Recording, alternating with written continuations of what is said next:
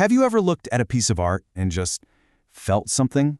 It's not always the huge museum-filling paintings that do it. Sometimes it's just a simple sketch. Today, we're going to break down a single drawing to really understand how an artist can breathe life onto paper, turning simple lines and colors into something that feels, well, truly alive. So, at first glance, what do we have? It's a beautiful colored pencil sketch of a tiger. You see its powerful face, those classic stripes, and the soft, jungly background. It's well drawn, for sure. But the real magic, the thing that makes you feel something, that's all hiding in the details.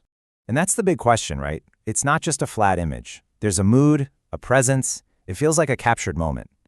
So how does an artist actually pull that off with just a few colored pencils? Let's dive in and take a closer look together.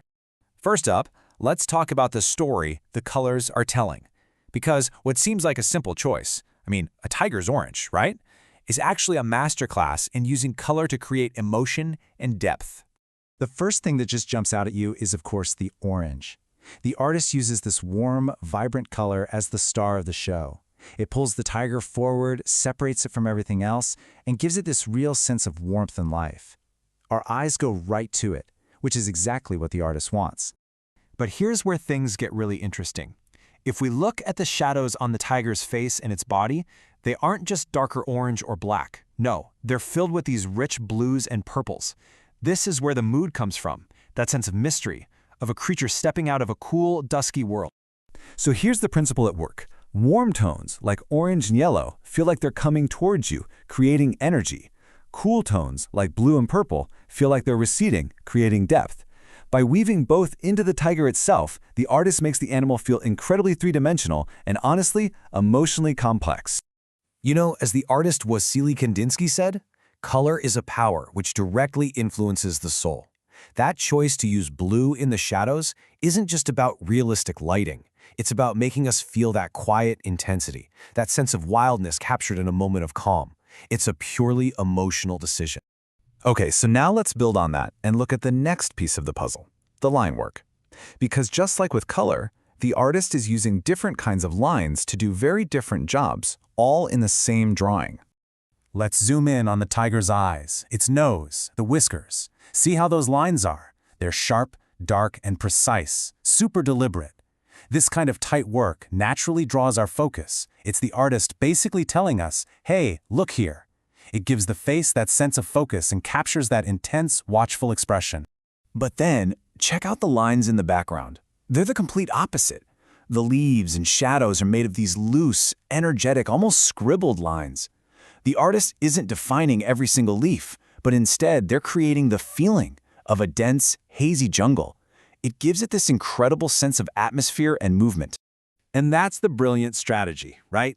The artist uses sharp lines for clarity on the most important part, the tiger's face. Then they use these loose, atmospheric lines for the environment.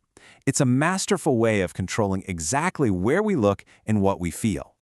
All right, last piece, composition. This is all about how everything is placed on the page. And you can be sure the way this tiger is positioned is no accident. It's all about guiding our eye and hinting at a bigger story. So the first thing you might notice is the tiger isn't staring at us. It's off-center, and its gaze is fixed on something just beyond the edge of the picture. This one little choice immediately creates a story. We can't help but wonder what's caught its attention. It makes it feel less like a static portrait and way more like a moment in time. And the background isn't just a background. It's a clever compositional tool.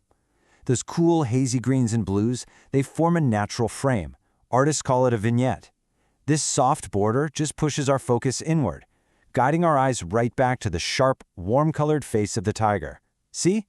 Every single element is working together. So let's put all the pieces back together. We've looked at the color, the lines, and the composition one by one. But how do they work in harmony to create that incredible feeling of life? It's really about how all these intentional choices come together. You've got that emotional color palette that mixes the familiar with the surprising, that dynamic blend of line work that creates both focus and atmosphere, and a composition that pulls us in and makes us curious. It's these layers of thought that turn a simple subject into something with real depth. And so we come full circle, right back to where we started. But we're seeing this sketch in a completely new light now. It's not just a drawing of a tiger anymore, is it? It's a story about mood, focus, and a fleeting moment, told entirely through these deliberate artistic choices. And that just goes to show you that even the simplest tools can create something powerful. Every line, every bit of color in this sketch was a small, conscious decision that built towards a bigger picture. And that makes you think, doesn't it? Our own lives are composed of thousands of these tiny choices every day. So what kind of picture are we creating with them? And what story will they ultimately tell?